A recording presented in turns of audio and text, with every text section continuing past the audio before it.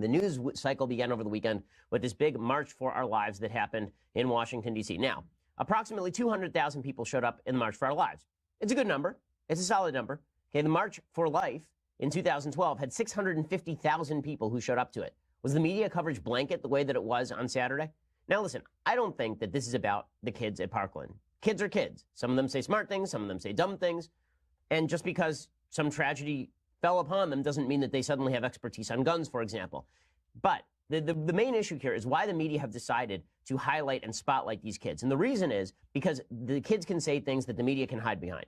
The high school kids who don't really know much about guns, don't know much about gun control, but can speak with passion and verve and are attractive on camera, they can say things that the media want to say, but know that they would be bashed about the ears for saying because they are supposed to be objective. And so what the media do instead is they put all of these kids on camera for hours at a time and then claim that if you criticize what these kids are saying, they're actually criticizing the experiences of these kids. This is another form of identity politics. So identity politics is this idiotic concept from the left that suggests that we can identify the quality of your perspective simply by the color of your skin or your ethnicity or your age or some immutable characteristic about yourself. Well, in this particular case, the suggestion is that the opinions of these kids are sacrosanct because these kids experience tragedy. I'm not questioning whether these kids experienced tragedy. They did. But I am questioning whether their perspectives have any additional value because they experienced tragedy. Like George Soros went through the Holocaust, right? He was a guy who ended up having to help the Nazis in order to survive. I can still say that I think all of his political perspectives are sheer garbage. And it doesn't mean that I'm criticizing George Soros' experiences in the Holocaust. And the same thing is true for these kids. Okay? And the stuff the kids were saying was just pretty egregious. One of the things they were doing is they were carrying around these tags, these price tags that said on it $1.05 in order to criticize Senator Marco Rubio. Now, Senator Rubio put himself out there in front of a town hall of baying angry people in order to try and make come to some sort of agreement and solution with people in Florida over what to do to protect kids' safety. And instead, he's been just clubbed around. So these kids were wearing around tags that said $1.05. Why? Because if you take the receipts that Marco Rubio has had from the NRA and you average it over the number of students in the state of Florida, it comes out to $1.05 for each student. Their suggestion is that Marco Rubio is being paid off $1.05 for every student in the state of Florida to be pro-gun. That's disgusting. It's not true. It's a lie. It's malicious. Obviously, it's stupid. If you think that Marco Rubio is pro-gun because the NRA gives him like $5,000, you're out of your mind. Yeah, the idea that Marco Rubio is sitting around waiting for the NRA to sign a check and then he decides to be pro-gun is insulting. I find this whole line of argument really stupid. I found it stupid when it was being pushed by John McCain's campaign finance reform. I find it stupid now. Politicians generally don't support causes because they're being bribed by constituents. They support causes, and then the people who back those causes pay so that those people can get into office. It's not like, if you thought the NRA was just going around bribing people, why is it the Democrats aren't able to be bribed? Why is it the NRA can't go to Democrats and bribe them? Is it because Democrats are such upstanding characters? Or is it because Democrats are pure gun control fanatics and the NRA doesn't want to see them elected?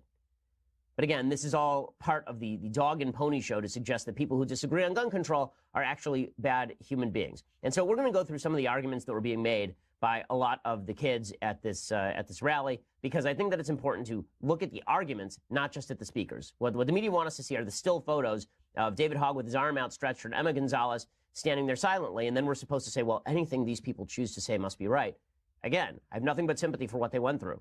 Okay, I have sympathy for what Kyle Cashew, who's a conservative student, went through. All these kids went through something, but it doesn't mean their experiences confer any sort of expertise upon them. Okay, so we start with David Hogg. David Hogg has been the most ubiquitous member of the cadre of classmates.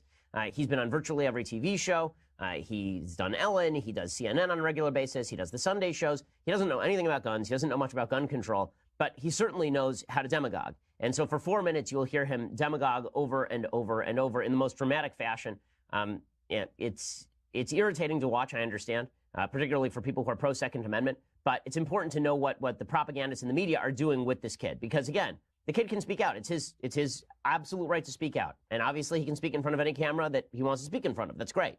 But he can be criticized just like anyone else. I know. I was 17. I wrote a syndicated column. I got criticized just like everybody else. That's the way free speech works in the country. Okay, here is David Hogg. We're going to go through his full speech, or as much of it as possible. First off, I'm going to start off by putting this price tag right here as a reminder for you guys to know how much Marco Rubio took for every student's life in Florida. $1.05. Okay, that is a lie. Just pause it right there again. That's a lie. Okay, the $1.05 thing is a slander against Marco Rubio. It's disgusting. And by the way, if you want to actually come to some sort of agreement about what we can do here, you might want to start by talking to the senator from Florida who's actually proposed legislation with Bill Nelson on protecting schools. This is not designed to help anybody. This is designed to virtue signal. And it's designed in order so that Democrats can feel better about themselves. Okay, Hogg continues. Grasp of corruption shackles the District of Columbia. The winter is over. Change is here. The sun shines on a new day, and the day is ours. I don't know what that means. For the first-time voters show up 18% of the time at midterm elections. Not anymore. Well, I mean, we don't know the stats yet, so there's that. Now, who here is going to vote in the 2018 election? If you listen real close, you can hear the people in power shaking. They have gotten used to being protective of their position, choosing the safety of inaction. Inaction is no longer safe. And to that we say, no more. Okay, pause it right there for 1 second. Okay, I just want to point something out. The generic ballot over the weekend closed to about 5 points. It had been up to 12, I believe. One of the reasons it's closing is because Republicans are looking at this kind of demagoguery and they're saying, fine, I'll go out and vote. Right before, the question was, would Republicans go out and vote in any significant numbers? And there is no reason to think Republicans would. It's an off-year election. There's no real galvanizing issue. You want to galvanize Republicans, tell them that you're going to take away their guns and that they're evil people who want to murder children if they don't let you take away their guns. You want to know why that ballot gap is closing? It's because every time the media decide to go on a crusade against Second Amendment rights, there are a bunch of Americans say, fine, I'll finally get off my duff and go vote. Okay, so before David Hogg declares victory, especially on the gun control issue, you should recognize a couple of things. One, Democrats in power have not passed any gun control. Barack Obama passed zero gun control between 2009 and 2011 when he had full control of Congress. And two, Republicans are actually going to show up in broader numbers thanks to this sort of demagoguery than they would otherwise. Okay, we can continue. 96 people die every day from guns in our country, yet most representatives have no public stance. Okay, pause it for 1 second. Okay, first of all, 96 people die in our country every day. 66 of those people die from suicide. Okay, 2/3 of all the people who are lumped into the gun violence statistics are suicides. Second of all, the vast majority of people who are killed with guns in the United States are killed with handguns. The proposals that have been pushed by March for Our Lives students have nothing to do with handguns. They have to do with AR-15s and so-called assault rifles. Okay, so none of this makes any sense on a policy level. Continue. And to that, we say no more. Yeah, okay, this kind of virtue signaling. We're going to make this the voting issue. We're going to take this to every election, to every state and every city. We're going to make sure the best people get in our elections to run, not as politicians, but as Americans. Because this is not cutting it.